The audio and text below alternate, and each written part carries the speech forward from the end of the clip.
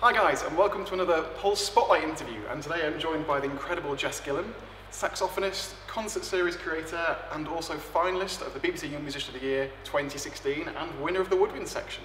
So thank you so much for being here today. Oh, thank you for having me.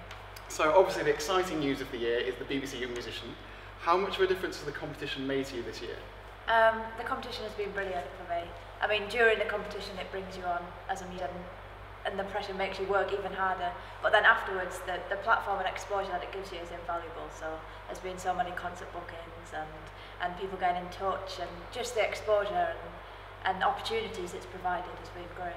Fantastic. And imagine it's it's been quite a surreal change of life and pace with all the concerts and things. Has it been quite hard to adjust with the difference afterwards? Well, it was quite busy before, but not in the same way that it. So it is quite hard to adjust, but I love it, so it doesn't feel like it's work.